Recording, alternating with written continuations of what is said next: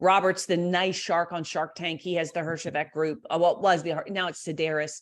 It's a $1.2 billion a year MSSP VAR.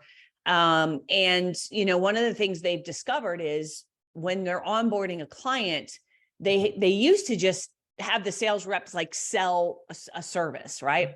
And then when they get in there, they're like, oh, well, we need to do this project and we need to do this upgrade and we have this project and this project. And the client would be pissed going, well, wait a minute, you never told me you got all these other things. I thought this was it, what you sold me.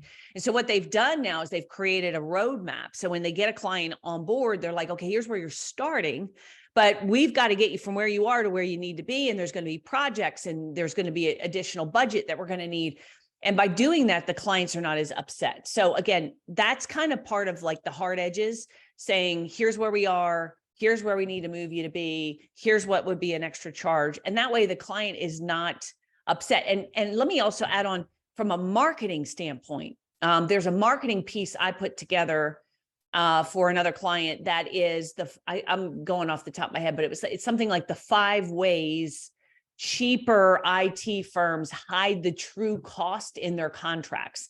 And basically just saying, they'll say things like all you can eat and all inclusive, but is it really? And here's ways that they make their services look cheaper, but then they're going to nickel and dime you, or they're going to underserve you. They're not going to give you everything you need, or they're going to later come back with a project and, oh, that's not included. So if you have hard edges, you can actually, it's not a negative. You can tell a client, look, one of the things you want to ask is what's included and what's not, because a lot of MSPs will just say, oh, it's all included, but it really isn't. And then you're in deep with this MSP and they're supporting your network and you need something. And then they're saying, oh, it's going to be an upcharge or extra. And you weren't expecting that. And so, it doesn't have to be a negative, I think, but it's important, because otherwise, if you don't do that and a client gets angry, what a lot of you will do will just say, okay, we'll include it or we will discount it. And now you're doing work for free. And we go right back to where you're not profitable. All right. Yeah, Robin, we got a question from Bo. How do you define those hard edges? And really, Bo, the way you want to define those hard edges is have a clear statement of work, SOW.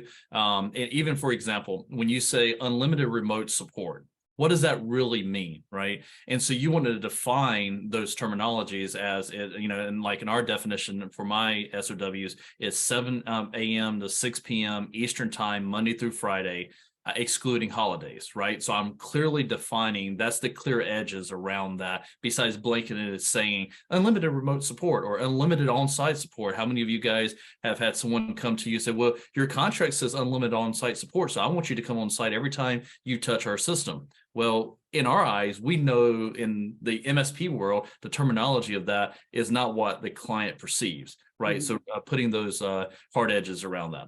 Yeah. And even saying support for devices we're supporting, because what happens if they call you up and they got some device that you're not supporting, like a home computer, and they're like, hey, you said it was all included. I check email from this home workstation.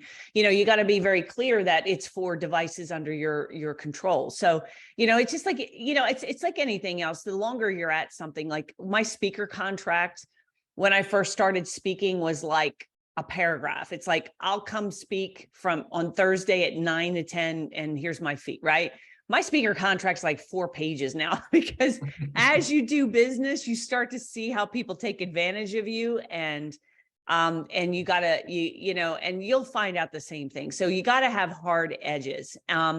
Every client, has a different contract, making it difficult to bill and manage. So that's an old way. Sometimes you get in front of a client and they don't think they need all that or whatever, okay, can we pay for high-end support for our servers, but not our workstations, or they try to mix and match or something. So, avoid that, because to scale your business. Now, when you're small, you can keep a handle on it. You got 5, 10 clients, even 20 clients, you can keep a handle on that.